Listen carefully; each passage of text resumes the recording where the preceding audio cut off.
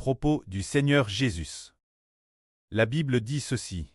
Il a te mis mort, et est ressuscité le troisième jour. Dans l'Apocalypse 2, notre Seigneur dit aussi cela. Le Seigneur a te mis mort, mais a été ressuscité le troisième jour. Et après cela, il vit au cycle des cycles, ne mourant plus, et tenant les CLS de la mort et du jour des morts. Ce Seigneur a te mis mort.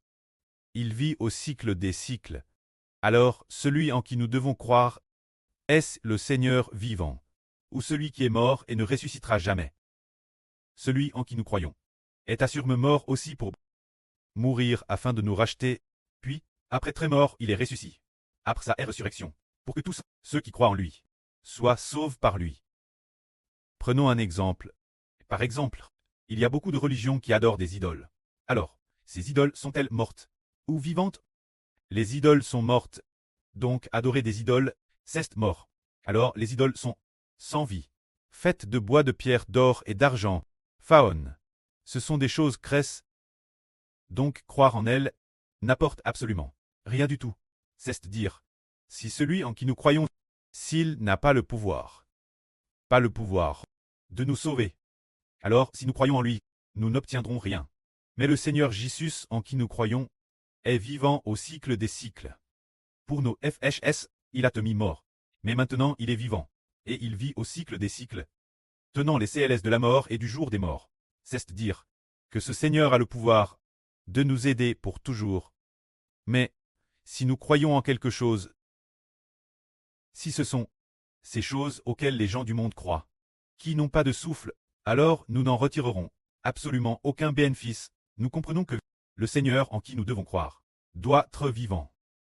Si il t'est mort sans ressusciter, si le Seigneur Jésus-Christ avait te mis mort, et qu'ensuite il n'était pas ressuscité, alors si nous croyons en lui, pourrait-il nous sauver? Pourrait-il nous sauver en disant « Je te sauve, je ne te laisse pas très prisonnier du péché. Je te sauve, pour que Satan ne puisse plus t'attaquer. Je te sauve, je te protège, pour que Satan et les anges Tchous ne puissent plus te nuire. » Pourrait-il le faire? Non, il ne le pourrait pas. Si le Seigneur n'était pas ressuscité, il ne le pourrait pas. Mais le Seigneur est ressuscité des morts. Et maintenant, assis à la droite du trône de Dieu, plein de puissance, plein d'autorité. Tous ceux qui croient au Seigneur Jésus, tous ceux qui confessent le nom du Seigneur Jésus-Christ, sont sauvés. Il va tous les sauver, pour que nous, pour toujours, notre esprit, vive éternellement, pour que l'esprit en nous soit éternellement nourri par lui. C'est cela. Le Seigneur en qui nous devons croire doit être un Seigneur vivant. Et de plus, celui en qui nous croyons, ce Seigneur, c'est pour nos PHS, qu'il a donné sa vie pour nous sauver, pour que désormais, nos PHS soient pardonnés. Et, puisque, après ce qu'il nous a sauvés, notre esprit ne sera plus sous l'autorité de Satan, mais sous l'autorité de Dieu et de Christ.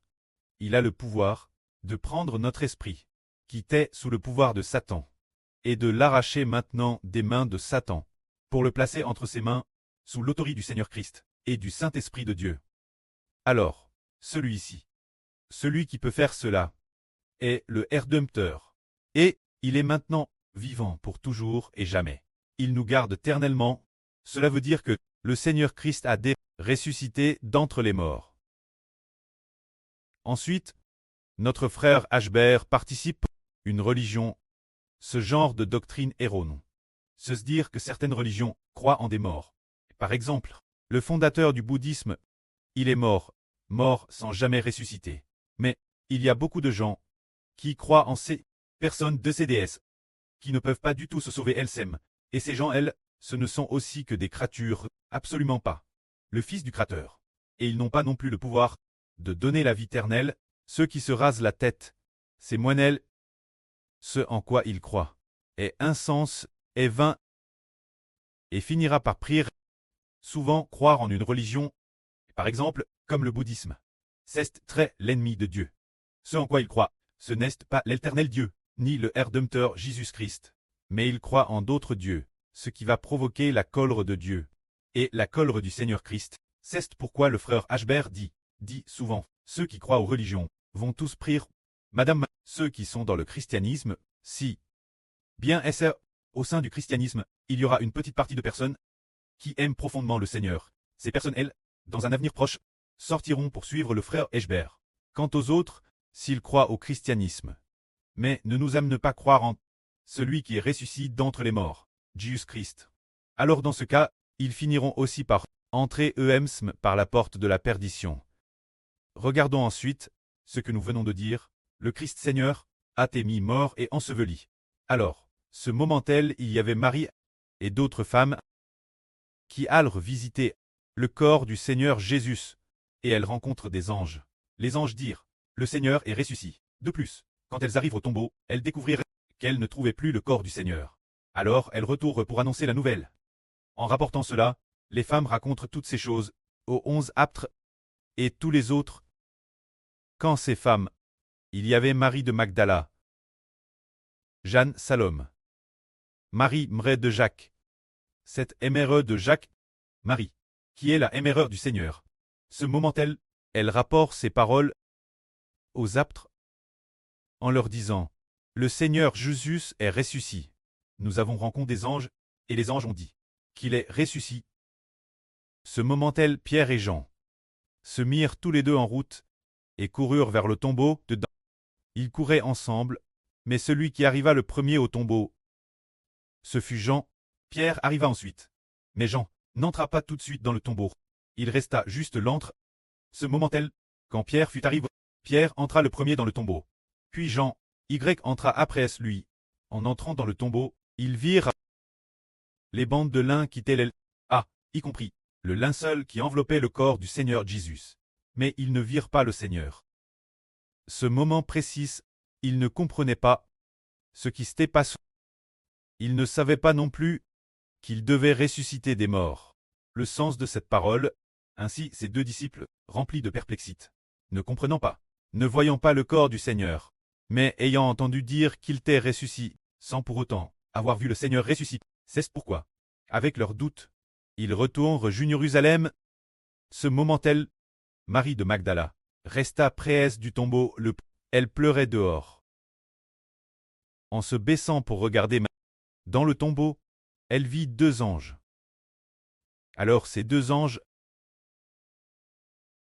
dirent Marie de Magdala, femme, pourquoi pleures-tu? Marie dit, on a enlevé mon Seigneur, et je ne sais pas. Oh, ils l'ont mis. Après avoir dit cela, Marie se retourna et vit Jésus qui se tenait l'aile. Peut-être qu'en se retournant, le Seigneur Jésus n'était pas dans le tombeau. Dans le tombeau, il y avait probablement deux anges. Assis elle et Marie, déesse, qu'elle se fût retourne, vit quelqu'un. La foi étrange et familier. Mais, comme ses yeux n'est pas ouverts ce moment-là, Marie ne savait pas que c'était le Seigneur. On vint en frein. Alors le Seigneur lui demanda, femme, pourquoi pleures-tu? Qui cherchais-tu? Marie dit, Seigneur, si c'est toi qui l'as emporté, dis-moi, oh, tu l'as mis, et je le prendrai. Le Seigneur dit, Marie. Ce moment-là, Marie dit aussitôt, Rabouni. Alors, elle s'accrocha fermement au Seigneur, parce que, ce moment-là, elle a reconnu que c'était le Seigneur. Alors le Seigneur lui dit, ne me retiens pas, je monte vers mon pré, ce n'est pas encore le moment. J'aille encore quelques jours passer avec vous. Va vers mes frères, et dis-leur que je monte vers mon pré, et votre pré, vers mon Dieu, et votre Dieu. Ce moment-là, Marie de Magdala courut, annoncer aux disciples, j'ai vu le Seigneur, et ce que le Seigneur lui avait dit. Elle le leur raconta. Mais les disciples, bien que Marie de Magdala y soit allée pour la deuxième fois, cette fois-ci, non seulement elle a vu les anges, mais elle a aussi vu le Seigneur. Ils ne croyaient toujours pas. Ils ne croyaient toujours pas que le Seigneur t'ait ressuscité. Ce moment-là, cette Marie de Magdala, de qui le Seigneur Jésus avait autrefois chassé 7 démons. Cette Marie de Magdala aimait beaucoup le Seigneur. Voyons. Marie de Magdala, et alle leur dire pour la deuxième fois, le Seigneur est ressuscité. J'ai vu le Seigneur, les disciples ne croyaient toujours pas. On voit quel point ceux qui croient sont extrêmement bénis. Pour le Seigneur Jésus, il désire ardemment que nous croyions en lui. Concernant Cette question de la foi. Il y a eu un jour, quand le frère Ashbert a parlé des origines du frère Ashbert. Ce papa Joe sur terre n'était pas le pré des Ashbert. Le frère Ashbert n'avait pas de pré terrestre. Pendant ces jours-là, une fois là sur Zaowan, elle a entendu une voix dire « Celui qui par le feu baptise du Saint-Esprit et de feu. » Elle a entendu une voix dire, venant de son cœur, qui disait que celui qui du Saint-Esprit et de feu baptise les gens doit absolument croire et ne pas très indrule. Alors ici il est dit, baptisé du Saint-Esprit et de feu. Qui est-ce? C'est le frère Ashbert qui par le Saint-Esprit baptise les gens, baptise du Saint-Esprit ceux qui croient en Ashbert. Par le feu pour les indrules, ceux qui ne croient pas en Ashbert. Brerler ceux qui ne croient pas. Mais, comme un baptême. Alors le Seigneur dit, crois seulement, ne sois pas indrule. Cette phrase n'est pas seulement dite pour la sur Jaohuan. Elle a d'abord te dite Thomas. Haha. Parce que Thomas ne croyait pas que le Seigneur t'ait ressuscité. Parce que il était avec le Seigneur depuis si longtemps. 3 ans et demi.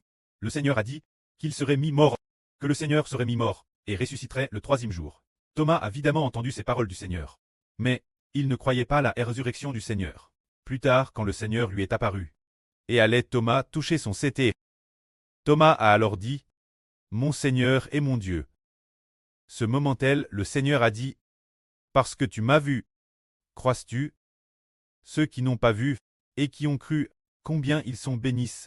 En somme, nous croyons au Seigneur. Que nous ayons vu le Seigneur, ou que nous ne l'ayons pas vu. L'essentiel est de croire en lui, et d'être béni sous son nom. » Thomas a vu le Seigneur ressuscité d'entre les morts, avant de vouloir croire au Seigneur, et de vouloir appartenir au nom du Seigneur. C'est certes une bénédiction, mais si nous n'avons pas vu le Seigneur, et sommes digés per ts, très bâtissent sous le nom du Seigneur, pour devenir enfants du Seigneur, et devenir le peuple du Seigneur. Le Seigneur dit, combien de telles personnes sont bénies, sans avoir vu le Seigneur, sans avoir vu la gloire du Seigneur, et sans avoir vu non plus le Seigneur ressuscité d'entre les morts. Mais croire qu'en madame, on voit alors que la foi de cette personne est grande, que sa foi est grande. Sa foi dans le Seigneur est grande. Alors le Seigneur dit qu'une telle personne est si bénie, que la gloire soit auprès et au Seigneur. Amen.